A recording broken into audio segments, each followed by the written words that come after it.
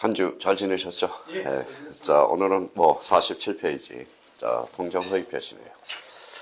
자, 우리가 전주까지 우리가 배운 게 뭐예요? 우리 비진이 어사 표시. 이렇게 배웠죠. 자, 통정 허위 표시는 어떻게 정상이에요? 비정상이에요? 비정상이죠.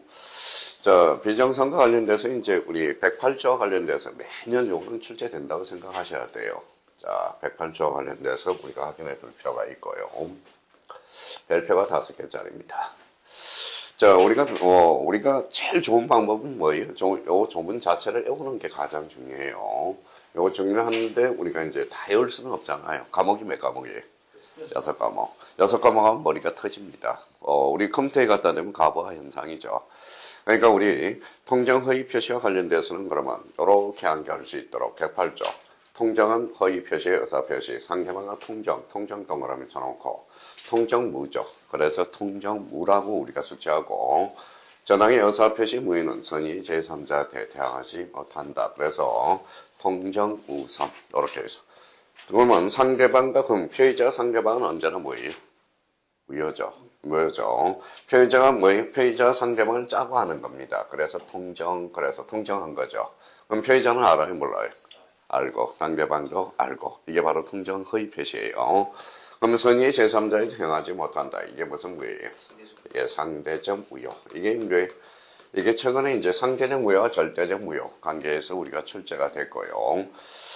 자, 그러면 이 조문 하나만 외워놔도 우리가 크게 문제될 거는 없어요. 그러면 여기에서 우리 상대적 무효성형이 뭐예요? 몇 개가 있어요? 우리 민법에서. 상대적 무효는 2개밖에 없어요. 107조와 뭐예요? 108조. 나머지는 절대적 무효와 관련해서. 그럼 상대적 무효는 선의의 제3자 대항할 수 있어요? 없어요? 대항하지 못한다. 이 말은 선의의 제3자는 보호받을 수 있다, 없다? 보호받을 수 있다. 이게 헷갈린다고. 그럼 우리 작년에 우리가 출제된 거, 작년 모의고사에서 절대적 무효죠. 우리 지난번에 이제 기출문제 풀었을 때 절대적 무효는 선의의 제3자는 보호받을 수 있어요, 없어요? 보호받을 수 없다. 그렇죠? 그러면 선의의 제3자한테 대항할 수 있어요, 없어요? 있어. 그래서 절대적 무효 관련돼서는 그러니까 이게 상대적 무효하고 절대적 무효하고 갑자기 이게 엇박자가 일어난다고. 그래서 우리 절대적 무효와 상대적 무효 정확하게 우리가 숙지해 둘 필요가 있습니다.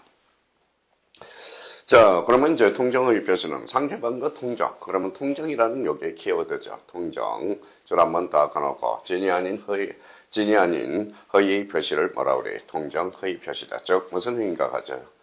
가장행위. 여기에 뭐예요? 친구가 짜고 통정한다라는 겁니다.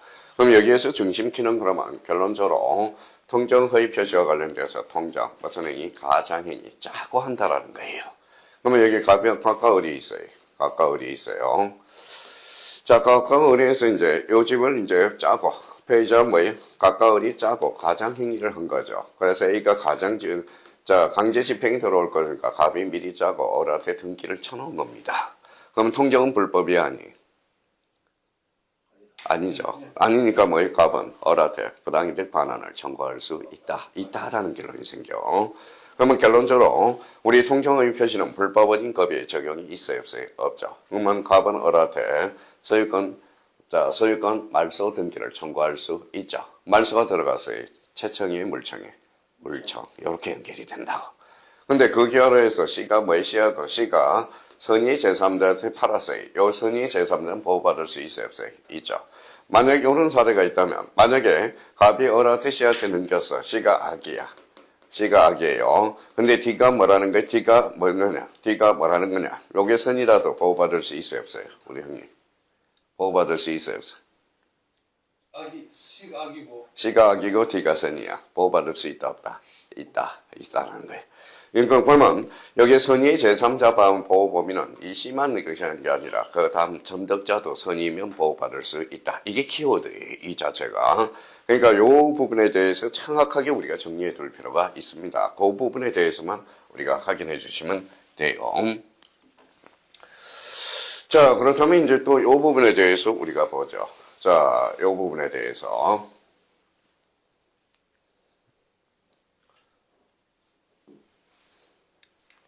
자, 비교 판례 우리가 한번 보시죠. 거기 한번 보시죠. 자, 비교 판례하기 전에 이제 항상 여기 이제 한번 보시죠. 우리가 1, 뭐부터 하기네요? 의, 2번은 요건. 자, 네 번째는 뭐예요? 적용 범위. 그렇죠. 항상 이 목차 순서대로 봐요. 그러면 여기 여기 요건 앞에 뭐가 생략됐죠? 법률 요건. 여기는 법률 효과. 이제 어디에 적용되느냐? 적용 범위. 우리 법학과 관련돼서는 이렇게 평상시, 그러면 우리가 보통 목차라면 요건, 효과로 구성이 돼 간다. 그러면 이제 요건이죠. 그럼 요건도 이제 어떤 분은 그냥 눈 감고 외워요. 외울 필요가 없어. 어사 표시가 있어야 돼, 없어야 돼?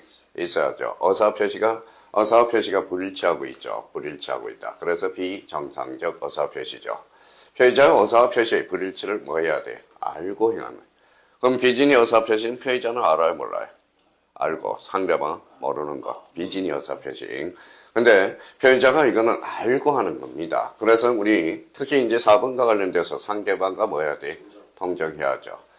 5번에 허위의 표시를 이유나 동기로 묻지 않는다. 남을 속이기 위한 목적이 요구되는 것도 아니에요. 그래서 특히 이 부분과 관련돼서 3, 4번과 관련돼서 우리가 자주 출제되고 있어요. 그러니까 3, 4번과 관련돼서는 우리가 정리해 주시면 우리가 되고요. 자, 그렇다면 이제 거기 효과 관련돼서 거기 기본서를 한번 보시죠. 효과 관련돼서. 그래서 효과 관련돼서는 뭐라고 우리가 나왔는지 봅시다. 자, 47페이지죠.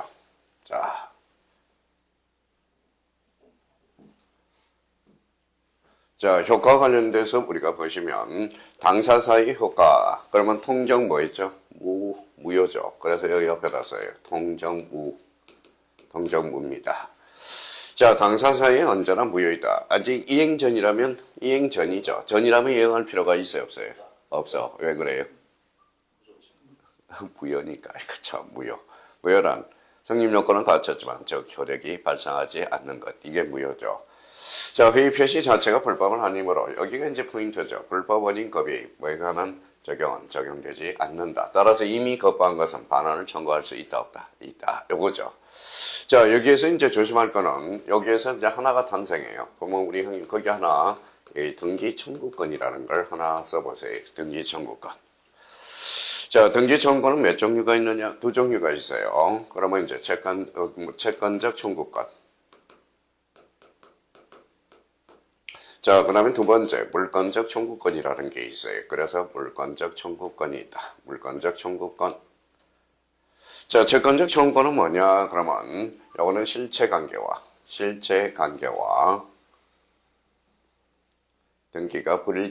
등기가 일치하고 있는 거. 요 부분에 대해서 우리가 보죠. 아이고. 그래서 등기가 일치하는 것. 다시 한번 우리 써보죠.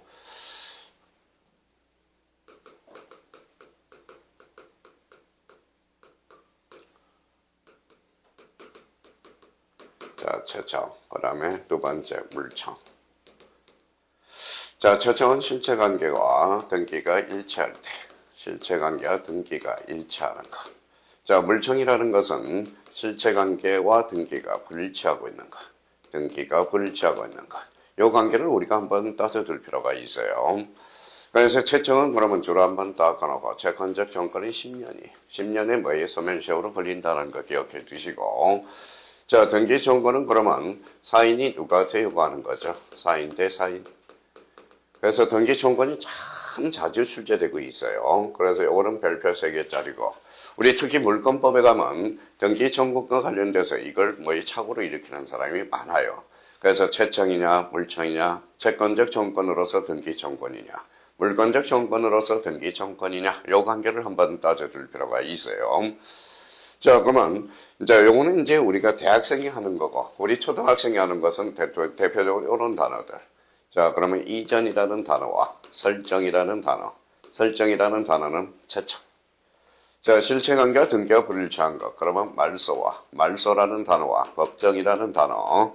요거는 바로 뭐예요? 물청이라는 거. 요걸 기억해 둘 필요가 있어요. 자, 그렇다면 이제 그러면 요거와 관련돼서 그러면 우리 통정의 표시에서는 채청일까요? 물청일까요? 물청이 됩니다. 왜냐하면 봐봐요. 요런 사례를 한번 보죠. 갑이라는 사람이 있어요. 갑이 집 한 채 있어서 이게 지금 자꾸 뭐가 에러가 나네. 아까 형님 말대로. 자꾸. 자, 그러면 여기 봐봐요. 요 부분에 대해서 그러면 당사자의 허가에서 요 부분에 대해서 요런 문제 한번 보시죠. 그러면 갑이 있어요. 각각을 해서 통정을 했어요. 이전 등기를 해줬죠. 그러면 여기 실소유자는 누구예요, 형님? 갑이죠. 그러면 등기는 누구로 돼 있죠? 을이 돼 있죠. 일체, 불일체, 불일체하죠. 그러면 통정의패소에서 물청, 제청, 물청 이렇게 됩니다. 그래서 시험 문제, 요 문제에 대해서 되게 어려워서요. 그러면 우리 통정의패소에서 말소 등기 청구는 바로 채권적 청구를 의미한다. 이러면 X가 돼요. 뭐예요? 물청이라는 거. 요걸 우리가 기억해 둘 필요가 있어요. 자, 그러면 이 부분에 대해서 우리가 보죠. 자, 이 부분에 대해서 우리가 보시면, 자, 판례, 요거 우리가 조심해야지 돼. 자, 요거 판례 한번 찾아서 요거 한번 확인해 보자고요. 자, 통정의패소에 해당해서 무효인 것, 요게 나와 있죠.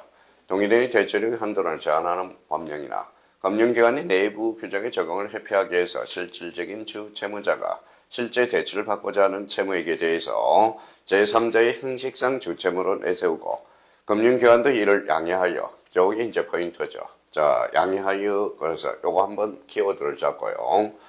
채무자의 병의를 지우지 않는 의도하에 제3자 병의 대출 관계서를 작성받은 경우 제3자는 형식상의 명의만을 빌려준 경우 요 명의만을 빌려준 자에게 불과하고 그 대출 계약의 실질적인 당사자는 금융기관과 실질적 주채무자이므로 제3자 명의로 되어 있는 대출 약정은 금융기관의 양해에 그에 따른 채무 부담의 의사 없이 형식적으로 이루어진 것에 불과하여 통정의패소에 해당하여 무효인 법률이다. 그래서 여기 키워드는 이 부분이죠. 양해.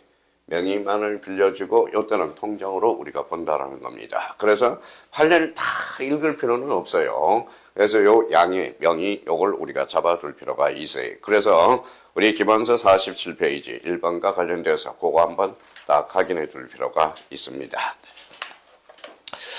자, 그러면 이제 요 부분에 대해서 우리 판례 요번 달 것은 그 정도 확인해 두시고요. 자, 요 부분에 대해서 찾아봐요. 특히 요 니은과 관련돼서 우리 자주 출제되고 있어요. 요게 깜빡하면 속아요. 요 부분에 대해서. 자, 우리 요 부분에 대해서는 우리 지난달에 요렇게 우리가 봤어요. 가압류하고 가처분의 차이 요거 봤죠. 자, 가압류는 뭐예요? 요거는 금전이야. 가처분은 금전 위의 권리라고. 예의 권리.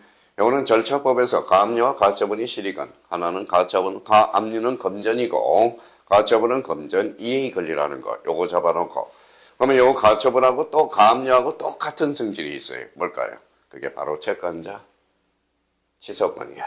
그러면 봐봐요. 통정의표시는 그러면 금전이죠. 돈을 멘탈할 목적으로. 그러니까 채권자 취소권의 대상이 돼야 안 돼. 된다. 대상 여부는 된다라는 정도만 확인해 주면 돼. 여부.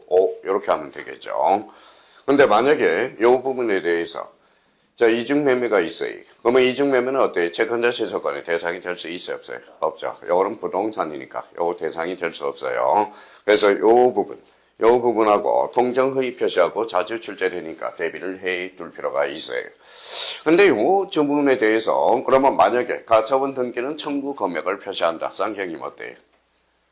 가처분 등기는 청구 금액을 표시한다. OX. 가처분은 청구 금액을 표시한다. X죠.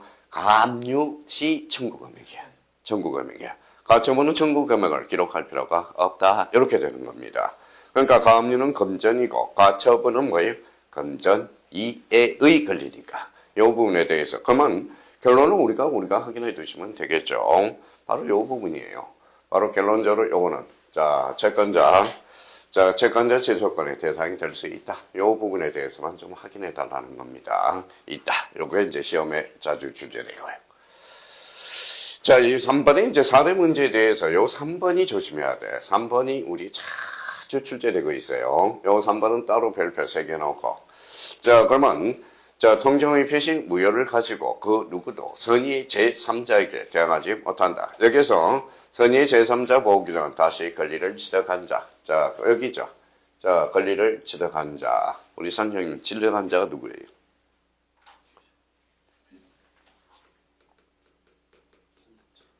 전덕자죠. 근데 요게 이제 시험에 아까 말씀드렸던 봐봐요. 가까울이 뭡니까? 가까울이 짜고 이렇게 어라한테 등기를 해줬다고. 근데 자 여기 이제 병이야. 병은 뭐지? 선의 제3자는 배워봤죠. 근데 이제 만약에 이런 통이 돼서 가까울이 이제 뭐예요? 병한테 가서 병한테 가고 정한테 갔어요. 전덕자 정이죠. 그럼 이 사람은 뭐예요? 등기를 쳐줬다고. 그러면 이 사람이 설사 악이라도 이 사람은 정은 뭐라는 거예요? 자 선의의 제3자는 보호받을 수 있어요? 없어요? 있죠. 만약에 이게 선이라면 정은 뭐예요? 악이라도 보호받을 수 있어요? 없어요? 있죠. 그러니까 병이 선이라면 이 정은 뭐다? 선악불문하고 소유권을 취득한다. 이게 자예요. 그러니까 이것만 알면 통정의 표시는 결론가 났어요. 그럼 결론적으로 뭐냐? 그럼 병이 선이라면 그러면 정은 선악불문하고 그래서 선이 악이 불문하고 뭐예요? 당연히 보호된다. 요거만 아시면 돼요. 자 그러면 이제 선의는 추정받아야 안 받아요? 받죠? 그럼 누가 입증해요? 상대방이 입증하죠. 그래서 허위 표시를 알지 못하는 경우로서 제3자 선악에 대한 입증 책임은 악의를 주장하는 자. 악의를 주장하는 자가 누굴까요? 반대 당사자죠. 그럼 제3자는 선임은 저까지 무과실 불료죠. 불료. 제3자의 범위와 관련돼서 통정 허위 표시에서 무효를 생각할 수 없는 제3자란 요거 작년에 요게 2.5점짜리야. 제3자의 범위. 요게 또 따로 별표 3개짜리 우리가 찾아야 돼요. 자, 그러면 이 부분과 관련돼서 우리 한번 보시죠. 그러면 이때 선의의 제3자의 범위 외워야 돼. 선의의 제3자의 범위라. 당사자와 고갈 승계인. 자, 이외의 자로서 새로운 법률 관계를 맺은 형성한 자.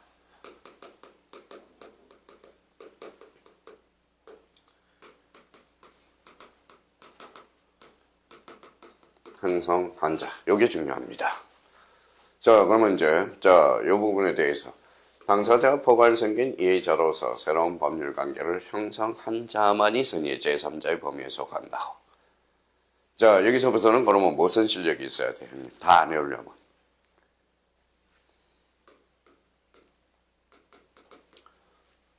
국어 실력이 있어야 돼. 국어 실력. 자, 이제 여기서부터 자, 그러면 이제 당사자 빠져야 안 빠져요? 빠지죠. 상속인은 빠지죠. 상속인이 먼저 포괄 승계인이거든. 자, 그러면 이 부분에 대해서 우리가 이제 쉬었다가 우리 이제 우리 둘째 시간에 우리 기출문제를 한번 풀어볼 텐데, 그러면 이 부분에 대해서 다시 한번 정리를 하자고. 이제부터는 국어 실력이에요. 자, 그러면 이 부분에 대해서 보도록 하죠. 전의의 제3자가 보일 수 있는 법률상 이해관계는 계약의 당사자를 상대로 직접 법률상 이해관계를 가지는 경우 외에는 그 법률상 이해관계를 맺음으로써 이해관계를 바탕으로 다루시 새로이 법률상 이해관계를 가지는 경우도 포함된다. 즉 이거 봐요. 전덕자도 제3자에 해당한다라는 겁니다. 자, 이열과 관련돼서 대항하지 못한다. 그러면 제3자는 보호받을 수 있어요? 없어요? 있죠. 그럼 선의의 제3자에 정할 수 없다는 것을 말하며 그러나 선의의 제3자 스스로 요거 줄잖아요. 그러나 이것도 사례 문제 풀 때 아주 조심해야 돼요. 요걸 찾아서 선의의 제3자 스스로 무효를 주장하는 것은 무방하다는 겁니다. 이거는 무슨 원리 때문에 그렇죠? 요거죠. 내 마음대로 할 수 있다. 바로 사적 자체의 원칙상 그렇다라는 거예요. 자, 근데 이제 요 부분에 대해서 이제 자기가 활용을 먹을 수 있도록 요 부분을 이제 정리해야 돼. 이제 국어 실력이에요. 봐봐요. 제3자에 해당하는 경우 동그라미 쳐놔봐요. 해당하는 경우.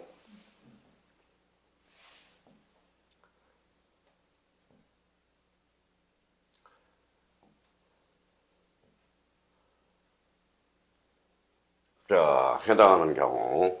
요 부분에 대해서 우리가 보시면. 자, 여기 이제 해당하는 경우, 요 부분이죠. 자, 1번에 그러면 형님 어디가 포인트예요? 국어 실력.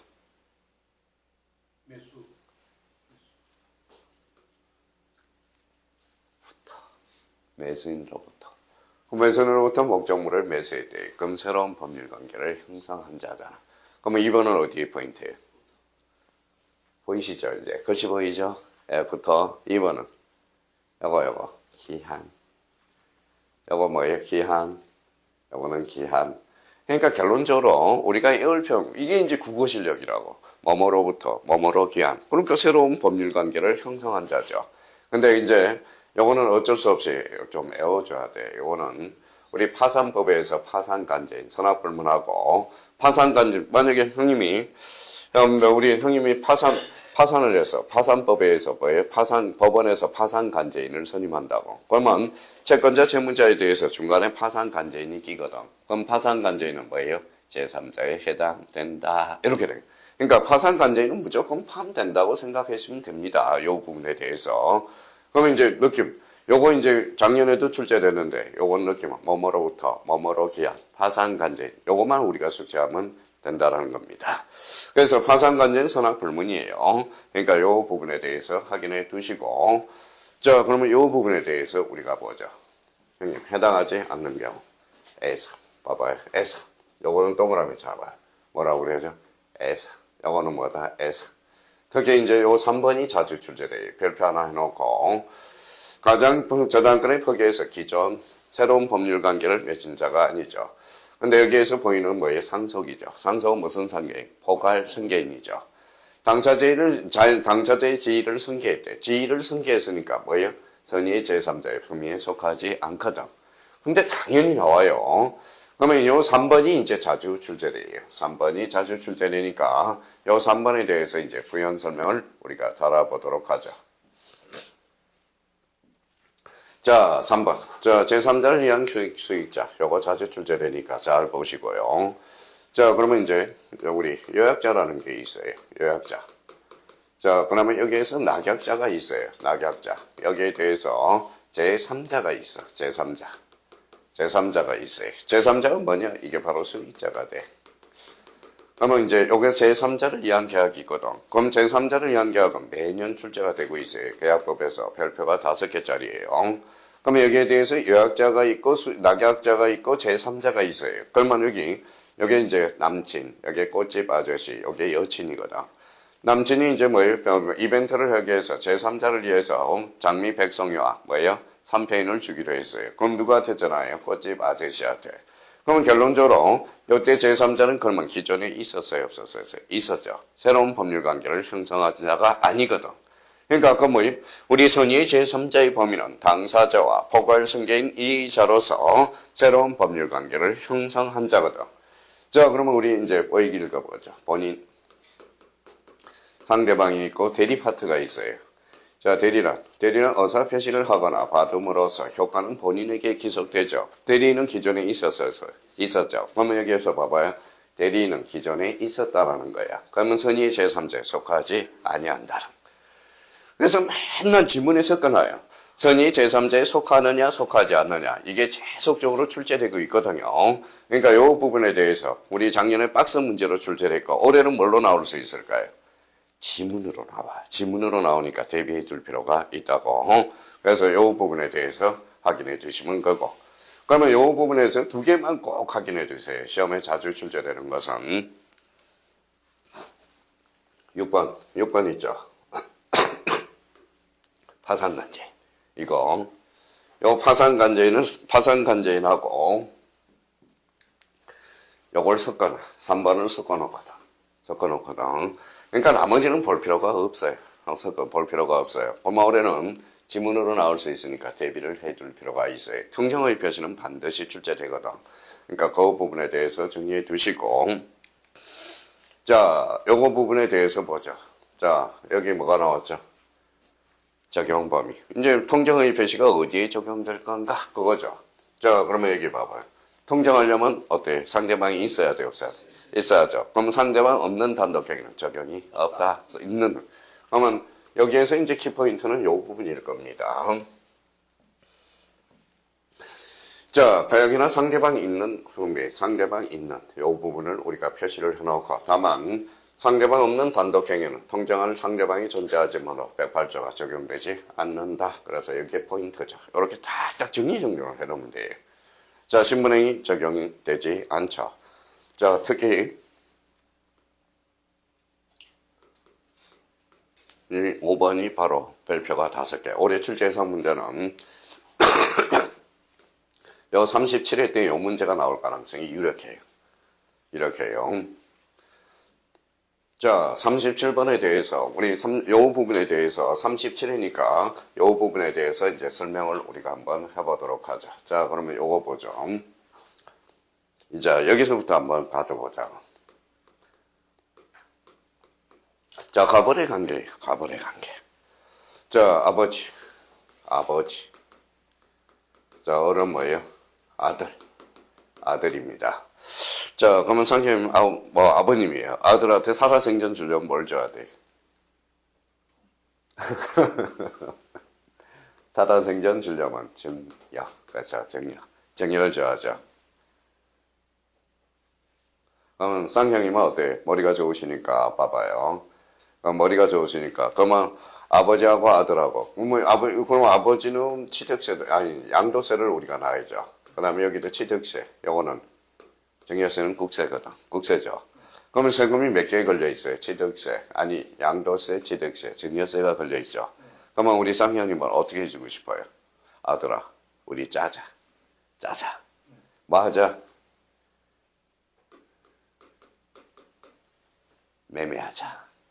매매하죠. 매매하면 뭐가 없어져요? 정여세가 없어지죠. 그러니까 이게 봐봐요. 그러면 쌍형님이 매매 뒤에 정여를 감췄어요? 안 감췄어요? 감췄죠. 이걸 뭐라 그래? 은닉행이라고 그러거든. 은닉행이라고. 근데 어차피 쌍형님 집은 누구한테 가요? 아들한테 가죠. 이 관계가 무슨 관계냐? 바로 실체 관계야. 그러면 아버지가 아들한테 그러면 이렇게 등기를 해줘, 등기까지 쳐줘버려서 매매를 해서 그러면 이 관계가 무슨 관계예요? 실체 관계죠. 이게 실체 관계야. 우리 판례는 그러면 실체 관계에 부합한 등기는 무효할 이유는 없다. 이렇게 판시했거든. 그러면 아버지가 걸렸어. 그럼 뭐만 추징하면 되죠? 증여세만 추징하면 되겠죠. 등기 자체는 무효할 이유가 없거든. 이게 바로 통정허위 표시에서 자주 출제돼요. 그러면 이제 요 문제예요. 그래서 이번에 자 예를 들어 올해 반드시 출제됩니다. 37회 때. 예를 들어 세금을 적게 낼 목적으로 정여를 숨기기 위해서 외부에 매매를 한 것을 가져가는 경우. 자 그러면 요거 형님 읽어봐요. 정여는 유효죠. 매매는 어때요? 무효. 이렇게 되는 거네. 무효가 되는 거예요. 그러니까 행위가 두 개가 있다라는 겁니다. 그러면 정여는 무효, 정여는 유효, 매매는 무효 이렇게 되는 거예요. 매매는 통정의 표시 무효이지만 정여는 은닉행위로서 무슨 관계에 부합한다면 요거 줄잖아요.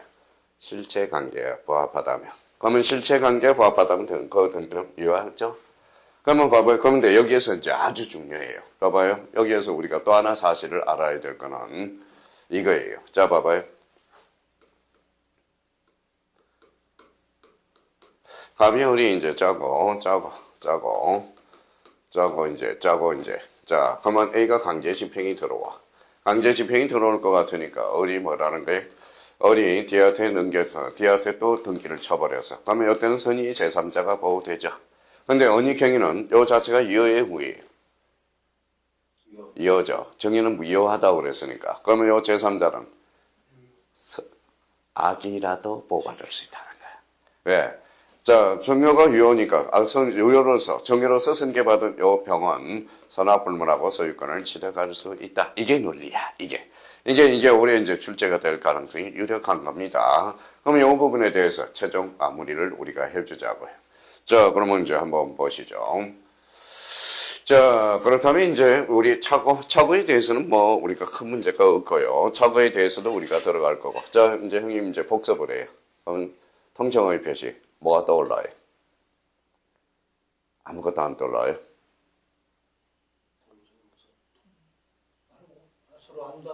통정무선. 일단 이게 생각하고. 표의자 성경에 짜고 하니까 언제나 유효하다. 그러면 통정은 뭐예요? 불법이 아니에요? 아니죠. 그러면 불법이 아니니까 부당이득 반환을 청구할 수 있고 불법 원인급여도 적용이 없다. 결론. 반환 청구할 수 있다. 이게 들어야 돼.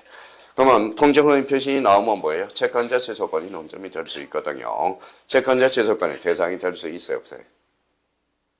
있다. 요걸 떠올라야 돼. 그러면 이중매매는 대상이 될 수 없다. 이게 떠올라야 돼요. 그러면 우리 선의 제3자 보호 규정은 자, 선이란 뭐의 당사자와 포괄성계인 이해자로서 새로운 법률관계를 형성한 자. 요걸 떠올라래요. 그러니까 아까 국어실력 뭐뭐로부터 뭐뭐로 기한 이런 거 하나들. 그럼 제3자에 해당하지 않는 것 뭐뭐에서 이렇게 우리가 기억을 해둘 필요가 있어요. 이게 바로 통정의 표시야. 올해 통정의 표시는 무조건 2.5점짜리 대비를 해둘 필요가 있어요. 자, 그러면 제3관 뭐가 나와 있죠? 차고 우리 이제 또 차고도 무조건 출제되니까. 자, 한번 여쭤볼게요. 자, 차고 찾아서 차고 그러면 뭐가 떠올라야 돼? 요거. 자, 일단은 요거는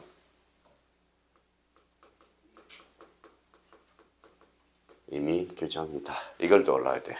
그러면 임의 규정은 당사자의 특약으로 배제시킬 수 있어요, 없어요? 없어. 없다라는 거예요. 그래서 요거부터 떠올라야 돼. 자, 그러면 이제 책을 읽어 나갈 때. 자, 우리 기출문제 들었다고 그러니까. 예? 배제시킬 수 있다라는 거예요. 우리 이제 사기 강박은 배제시킬 수 없다. 그래. 또 하나 우리가 돼야 돼. 또 하나 될 거는 요거예요. 자, 임의 규정이 있다. 그러면 차고는 피해자가 알아요? 몰라요? 피해자가 모르는 거죠. 착오를 일으키는 거죠. 그래서 그 부분에 대해서 우리가 잡아야 되고. 그러면 이게 이제 봐봐요. 자, 착오는 임의 규정이다. 스타트 할 때 임의 규정이라는 걸 우리가 작성을 하나 해놔야 되고. 자, 두 번째가 그러면 착오는 그러면 형님 착오는 불법이 아니. 착오 불법은 없어. 그렇죠. 착오로 인한 불법 행위에 대한 손해배상은 청구할 수 없다. 이런 논리가 생기거든. 착오는 불법이 아니니까. 자, 또 하나 우리가 이제 기준이 돼야 될 거는, 자, 요거죠. 요거 암기 코드를 그렇게 이해를 못 하더라고. 자, 전문원에서 우리가 잡아보자고. 1항, 의사표시는 법률행위 내용의 중요 부분에 착오가 있을 때. 자, 요것도 뭐라. 내용의 중요 부분에 착오가 있을 때. 자, 취소할 수 있다. 누가 취소할 수 있어요? 표의자. 요 앞에 표의자라고 써놓으라고. 표의자는 취소할 수 있다라는 거야. 그러나, 차후가 중대한 과실로 인할 때, 정대한 과실일 때는, 요거는 읽어봐요. 표의자는 취소하지 못한다라는 거야. 이게 지금 주어가 생략이 돼가지고 사람들이 이걸 해석을 못해. 그러니까 우리 암기 코드를 한번 만들어 보자고요. 자, 그러면 읽어볼래? 내중차. 그래서 내중차. 자, 그 다음에 중무. 자, 무자라는 것은 자, 이걸 반대 해석한 거야. 그러면 중대한 과실이 없다면 피의자는 취소할 수 있다. 이 소리거든. 그러니까 요 부분에, 그러면 요 중무는 없설무자입니다. 요렇게 해서 없설무, 중무선이라는 거예요. 중무선. 자, 내중착에 대해서는 누가 유리해요? 피의자가 유리하죠. 그래서 피의자가 입증 책임하고요. 요 중무에 대해서는 상대방이 유리하거든. 그래서 상대방이 유리하다는 거야. 입증 책임이 이제 자주 출제되니까 대비를 해둘 필요가 있어요. 그러면 요거는 누가? 피의자. 요거는 상대방이 한다고. 자, 그 다음에 이제 그러면 임의 규정이 있다. 착오는 불법이 아니다. 그 다음에 여기 이제 선이죠. 그러면 선이죠. 그럼 취소는 그러면 착오는 취소 사유야 무효 사유? 취소 사유죠. 취소하지 못한다 그랬으니까. 그러면 여기에 대해서 또 하나는 자, 취소 사유를 반드시 외워야 돼. 취소 사유. 자, 그럼 뭐가 될까요? 제착사강.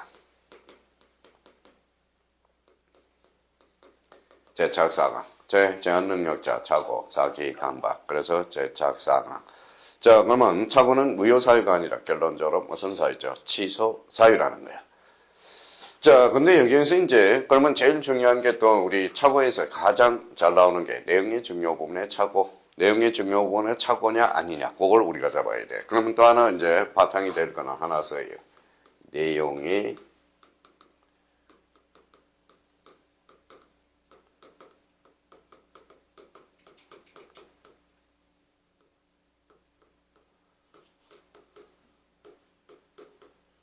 아닌 경우.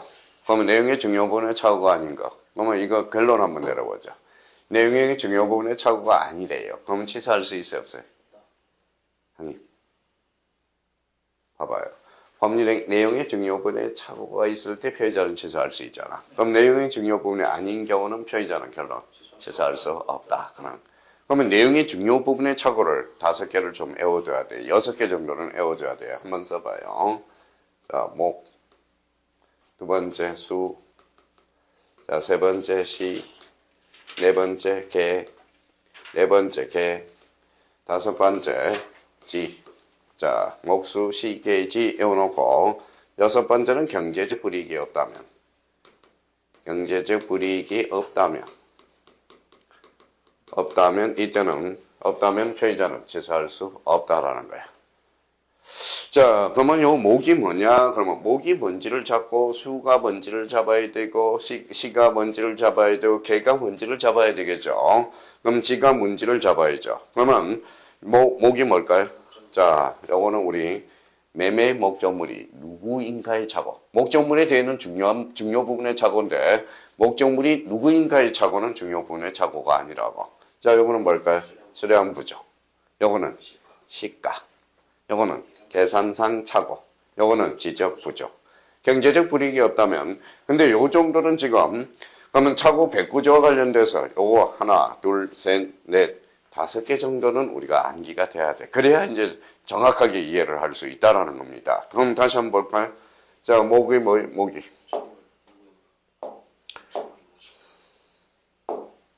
자, 그러면 여기에 대해서 우리가 이제 자, 요 부분에서 목이 뭐예요?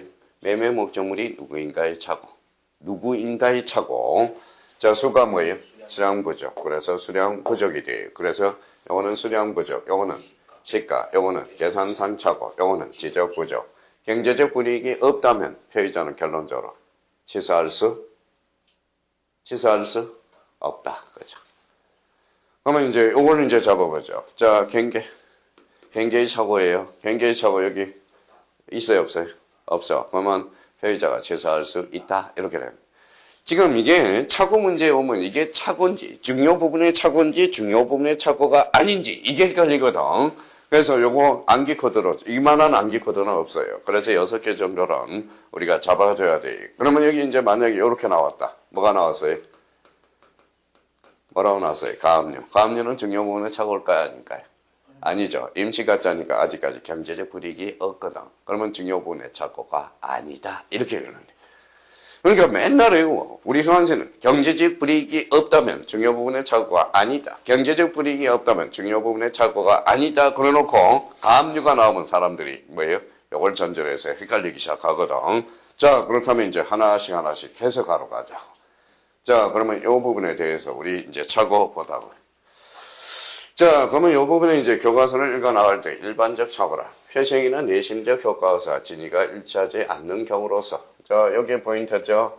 그 불일치를 표의자가 스스로 알지 못하는 것. 이게 바로 뭐예요? 표의자가 스스로 알지 못하는 걸 착오라고 그러는 거예요. 이러한 착오는 표시와 진위, 불일치를 표의자가 알지 못한다는 점에서 비진위 의사 표시와 통정 허위 표시가 구별된다. 이 부분에 대해서도 이 개념과 관련돼서도 자주 출제되고 있고요. 자, 이번에 착오로 인한 취소는 피해자의 의사의 중요 부분의 착오가 있는가 없는가에 대해서 결정되는 것이고 법률행위 상대자가 착오를 알았는지가 알지 못했는가는 묻지 않습니다. 그러면 요 3번과 관련돼서 당사자의 착오를 이유로 취소 않기로 않는 약정이 있다면 여기에서 포인트는 어디예요? 요 가로 3번 형님. 약정이죠. 그럼 앞에다 써요. 무슨 규정일까요? 임의규정이라. 임의규정. 요게 자주 출제되고 있어요. 요 3번과 관련돼서 우리가 기억해 둘 필요가 있고요. 자, 가로 4번은 뭐 한번 읽어보시면 되고. 자, 그러면 이 부분에 대해서 착오의 유형과 관련돼서 우리가 이제 정리를 한번 해보자. 자, 이제 요거는 형님 반대로 해석해야 돼. 목수, 시, 개, 지. 그러면 표시상의 착오 있어요, 없어요? 없죠. 아까 없었잖아요. 그러니까 중요 부분의 착오다. 그러면 중요 부분의 착오. 자, 착오. 자, 그러면 다시요. 목수, 시, 개, 지 없죠. 그럼 내용의 착오는 중요 부분의 착오라는 거야. 자, 이렇게 이제 해석해 나갈 수밖에 없어요. 되게 헷갈려요, 이 부분에 대해서. 자, 그러면 이 부분에 대해서 우리가 보도록 하죠. 자, 표시 기간의 착오. 자, 요거 조심해야 돼. 요거. 요 두 개를 잘 비교를 해놔야 돼. 자, 표시기간인 사자에게 의사표시를 전하는 경우 그의 잘못으로 의사표가 잘못 전달되는 표시상의 착오야. 근데 여기 봐봐요. 요거 사자죠, 사자. 형님, 사자가 뭐예요? 심부름꾼이죠. 근데 앞에 뭐가 붙었어요? 잘 봐요. 뭐라고 써놨어요? 전달기간의 착오, 우체부를 생각하면 돼요. 우체부를 생각하면 돼요. 요거는 그러면 전달기간의 착오는 뭐예요? 그러면 결론적으로 요거 줄잖아요. 어사표시 불도달의 문제가 생길 뿐이지 착오의 문제가 아니야. 자, 그러면 자, 우체부 아저씨가 뭐예요? 쌍형님한테 줄 걸 뭐예요? 성인 씨한테 줬거든. 그거는 어사표시 착오의 문제가 아니라는 거예요. 불도달의 문제죠. 우리가 옛날에는 뭘 쳤죠? 점보를 한번 쳤죠. 그러면 점보를 팍팍팍팍 쳤죠. 그럼 표시기간의 착오죠. 그거는 중요 부분의 착오야. 자, 여기 뭐라고 써놨어요? 읽어봐요. 표시기간. 그러니까 요 2번하고 3번의 의미를 또 한번 기억해 줄 필요가 있어요. 앞에 전달기간 착오. 요거는 표시기간의 착오. 요거는 누굴 생각해요? 우체부 아저씨. 우체부 아저씨. 요거는 점보를 생각하면 돼. 자, 점보 칠 때 띡띡띡띡 치죠. 이건 표시기간의 착오는 중요 부분의 착오라는 건 이걸 조심해 줄 필요가 있어요. 그러니까 우리가 맨날 읽을 때 요 사자만 본다고, 사자만. 그러니까 사자 앞에 전달기간이냐, 표시기간이냐, 이걸 우리가 볼 필요가 있어요. 자, 그러면 여기 한번 보죠. 자, 만약에 사례 문제가 나왔다. 사례 문제가 나왔어요. 사례 문제가 나왔어요.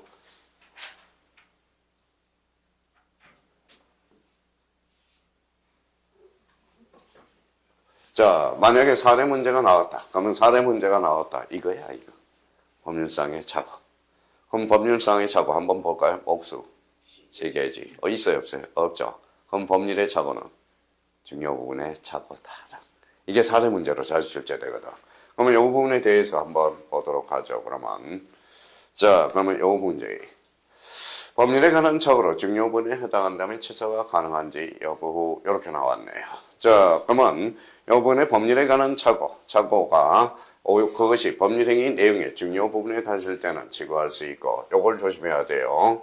자, 그러면 법률의 착오에 관한 착오. 요거는 그러면 중요 부분의 착오로서 조금해서 피의자는 그 의도를 취소할 수 있고 또 매도인에 대한 양도세를 부과할 회피할 목적으로 매수인이 주택 건설을 목적으로 하는 주식회사를 설립하여 여기에 출자하는 형식을 취하면 양도소득세가 부과하지 않을 것이라고 말하면서 그러한 형식에 대한 매매를 제의하여 매도인이 믿고 매매계약을 체결한 것이라 하더라도 꼭 사회질서에 반하는 것이라 단정할 수 없으므로 이러한 경우에도 역시 어사표시 착오 이론에 적용된다라는 것. 그러면 결론적으로 양도세가 부과될 거라고 예상했는데 뭐예요? 부과되지 않았다. 이것도 일종의 착오라는 거예요. 그게 법률상 착오라는 겁니다.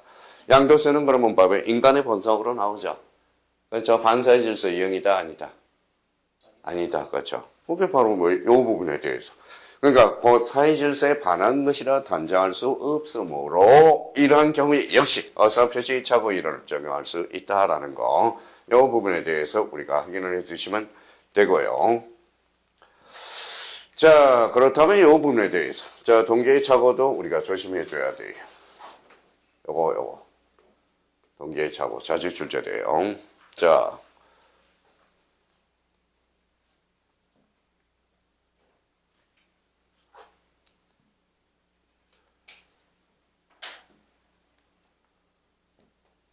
자, 이 부분에 대해서 우리가 보죠.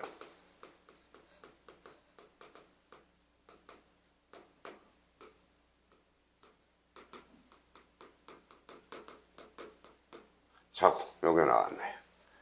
자, 그러면 이 부분에 대해서, 그러면 여기는 뭐라고 나왔죠? 불법. 여기는 그렇죠. 착오예요. 착오. 글씨가 같이 보여요. 자, 동계불법 출발해 볼게요.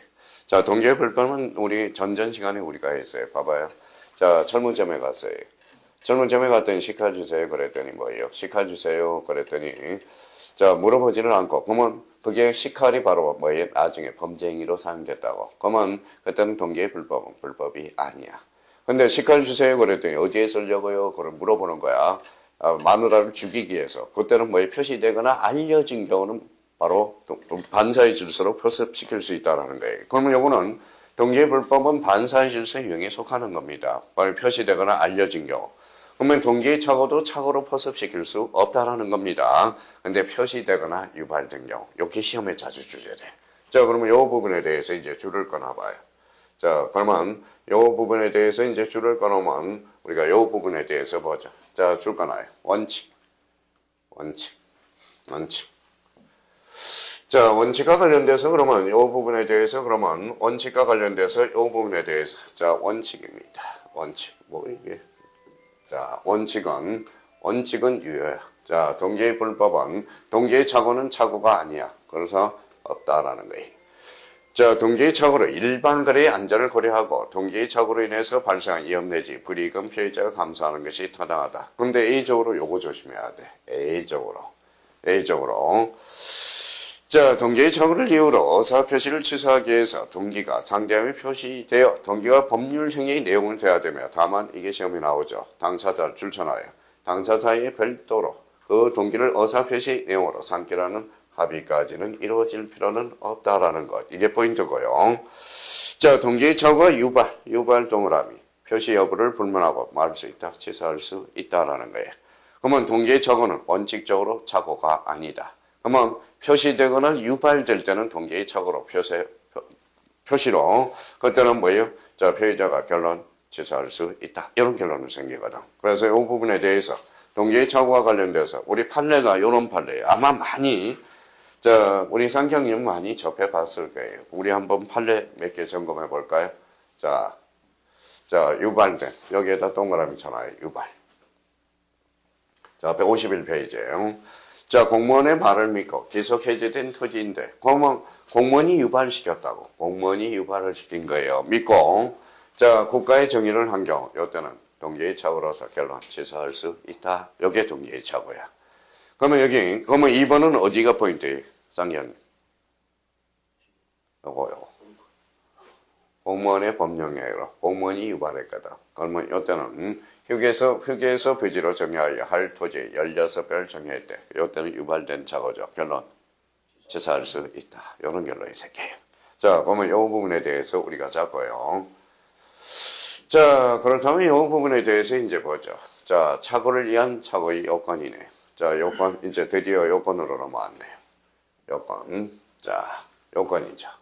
자, 법률행위 내용에 착오가 있어야 되고, 자, 동기의 착오가 아니어야 되고, 중요 부분에 착오해야 되고, 피해자의 중대한 과실이 없어야 된다. 그래야 착오 요건이 되죠. 그러면 여기 봐봐요. 그러면 중과실이 있다면 취소할 수 있어요, 없어요? 피해자는 취소할 수 없다. 근데 딱 두 개를 잡아요. 중과실에 대해서는. 여기에다 써봐요.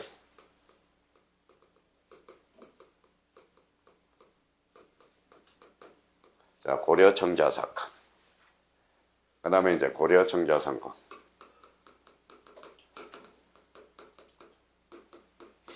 공장부지 사건. 자, 고려청자는 전문가들만 할 수 있죠. 그러면 고려청자는 뭐예요? 중과실이 아니에요. 그러면 결론적으로 피해자는 취소할 수 있다. 공장사건은 어때요? 중대한 과실이야. 그럼 피해자는 취소하지 못한다. 그러니까 여기에 이제 두 개의 사건이 나와요. 판례에서 대표적으로. 그럼 밑에 가서 정리만 딱 닦아놓으면 돼. 이게 이제 헷갈리거든. 어느 부분에 대해서 보자고요. 자, 중요 부분의 착오, 요거는 이제 한번 읽어두시면 되고요. 요거예요. 자, 그러면 요 부분에 대해서. 자, 그러면 착오를 위한 판례의 입장이 나와 있고, 그럼 요 부분에 대해서 이제 보죠. 의사표시가 증명한다. 요거 한번 줄 꺼놓고 확인하러 가죠. 착오를 이유로 의사표시를 취소하는 자가 증명할 사항. 그래서 아까 의미가 내용의 중요 부분의 착오는 누가 입증하죠? 피해자가 입증해요. 그러면 중요 부분의 중대한 과실은 누가 입증해야 돼? 상대방. 요거 기억해 두셔야 된다는 거고. 그러면 요 부분에 대해서 우리 보시면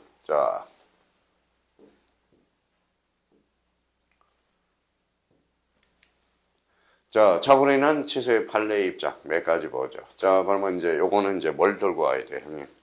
목수, 시계지. 그러면 현황이 있어요, 없어요? 없어요. 그러면 현황은 중요 부분의 착오다. 첫째 현황. 자, 목수, 시계지 여기 앞에 없네요. 그만 경계는 내용의 중요 부분의 착오라는 거네요. 자, 3번의 채무자의 동일성에 관한 착오, 문상 보증의 착오, 중요 부분의 파조의. 근데 요 4번이 헷갈려. 아까 목에서 많이 헷갈려요. 아까 목적물이 누구인가의 착오죠. 근데 여기는 봐봐요. 요거 목적물의 동일성에 관한 착오. 이거는 중요 부분의 착오야. 그러니까 이 부분 딱딱 정리해 줄 필요가 있고요. 자, 그러면 이제 착오를 이유로 취소할 수 요거 없는 경우. 아까 뭐 했죠? 우리 자꾸 연습을 하라. 목수, 시계지, 경, 그렇죠? 경. 자, 그러면 여기 뭐가 보여요? 시가, 그렇죠? 시가 보이죠? 동그라미잖아요. 자, 면적에 관한 착오, 지적에 관한 착오, 지 보이죠? 자, 경제적 불이익이 보면 법령의 제한으로 목적대로 토지를 이용하지 못한 경우, 그래서 동기의 착오에 지나지 않는다. 그래서 특히 이 3번을 우리가 조심해서 다뤄놔야 돼. 경제적 불이익이 없는 경우. 아까 대표적으로 뭐가 있어요? 요거. 그렇죠. 그러면 결론적으로 중요 부분의 착오가 아니네요. 그러면 취소할 수 없다. 자꾸 헷갈려. 그게 헷갈려, 지금. 착오에 대해서 작년에도 우리가 했지만은, 그게 그 부분이 대해서 제일 많이 헷갈려 하셔요. 그러면 이 부분에 대해서 우리가 바꿔요. 자, 그렇다면 이제 우리가 보면, 이 부분에 대해서 보죠. 자, 그러면, 이 부분에 대해서 중과실이 없을 것. 요거. 중과실이 없을 것. 자, 그러면, 요거. 고려청자. 자, 고려청자를 알고 매수한 경우 중과실이 없대요. 그러면 피해자는 취소할 수 있다. 이게 헷갈리는 거야, 이게. 자, 그러면 이걸 우리가 잡아야 되고요. 그러면 증대한 과실은 2번은 여기에다 키워드 잡고 상대방이 유리하니까 상대방이 입증해야 되고 자, 그러면 이 3번이 또 의외로 자주 출제돼. 단골 메뉴야. 자, 상대방이 피해자의 착오를 알고 이를 이용했대. 이를 알고 이용했어. 그러면 이를 알고 이용했더라도 피해자가 중대한 과실로 인한 것이라도 이때는 취소할 수 있다라는 거. 알고 이용했다라는 게 의미가 있다라는 겁니다. 이거 우리 마지막 시간에 우리 민법을 풀 때 이 지문이 상당히 자주 단골 메뉴라는 걸 우리가 아실 거예요. 그래서 여기에서 그러면 알고 이용했어. 알고 이용했으니까 중대한 과실이 있더라도 이때는 피해자는 결론 취소할 수 있다. 이걸 우리가 잡아둘 필요가 있고요.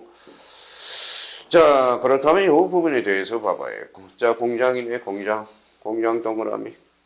자, 여기 시험에 또 자주 출제되니까. 자, 공장문이죠. 공장 나오면 정대한 과실이야. 다시, 고려청자가 나오면 정대한 과실이 아니야. 공장부지는 정대한 과실이야. 그러면 정대한 과실이니까 이때는 그러면 여기에다 써요. 피해자는 결론. 취소, 피해자는 정대한 과실이 있으면 취소하지 못한다 그랬으니까 결론. 없다. 이 소리죠. 자, 정대한 과실이 있다면 피해자는 취소할 수 없다라고 그랬으니까. 그죠? 그러니까 요 부분에 대해서. 그러니까 시험에 이제 고려청자 사건하고 공장부지 사건이 자주 출제돼요. 이건 판례가 우리가 명시하고 있는 거거든. 그러니까 그 부분에 대해서 확인을 해 주시면 되고요. 3번과 관련해서 읽어보면 됩니다. 자, 착오의 효과로 가죠. 자, 우리가 53페이지네요. 그러면 취소할 수 있어요, 없어요? 있어. 그렇죠. 착오에 의한 의사표시 취소는 선의 제3자에게 대항하지 못한다. 형님, 요 5자로 원칙 뭘까요?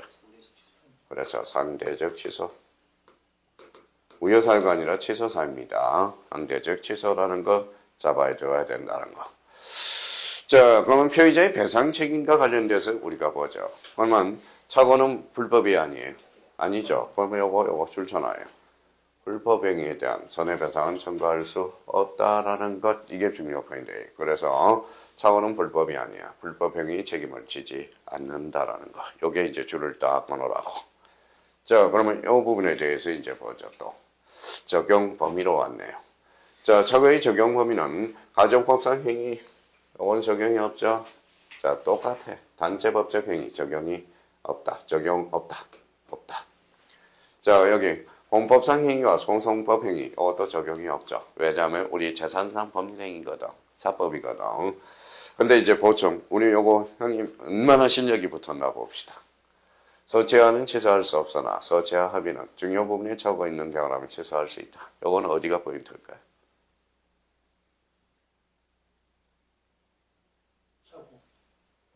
자, 소치하죠. 소치하는 공법이야. 그렇죠?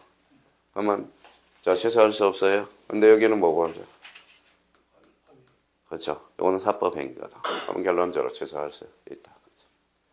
그러니까 맨날 우리가 책을 읽을 때 못 받게 한 뭐냐? 소치하, 소치하의 합의. 여기를 못 봤다라는 거예요. 합의 자체를. 그러니까 우리 소치하는 공소송행, 소치하에 대해서는 할 수가 없는 거야. 착오를 이유로. 근데 여기 봐봐요. 소치의 합의에 대해서는 중요 부분에 착오라는 거야. 그러니까 결론적으로 취소할 수 있다. 그러니까 여기에 소치한지 소치하의 합의인지 구분도 안 되고 우리가 기본서를 읽어 나간다고. 그러니까 이 부분에 대해서 한번 확인해 주시면 되겠고요. 자, 그러면 이 부분에 대해서 우리가 보도록 하죠.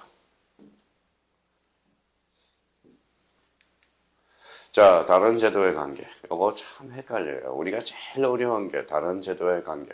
자, 그러면 요거는 저랑 같이 하나 읽어보죠. 피의자가 상대방이, 피의자가 상대방이나 제3자, 요거 줄 떠나요. 기망. 기망은 요거는 사기죠. 사기. 착오네. 착오. 그렇죠. 착오예요. 착오에 빠졌다면 피의자는 선택적으로 행사할 수 있어. 선택. 여기가 포인트야. 사기를 이유로 취소하거나 착오를 이유로 취소할 수 있다. 그래서 선택 경합이야. 여기서 기망, 그 다음에 착오. 자, 이제 도전입니다. 형님, 요 착오로 인한 착오와 해제를 이제 도전. 자, 도전이에요. 요거 우리 상경님이 이제 뭐예요? 정확하게 지금 바로 들어서 알았다 그러면 참 대단한 거고 우리 실장님도 한번 봐봐요. 여기 한번 보시죠. 출발. 자, 여기 잘라봐요. 찾아서.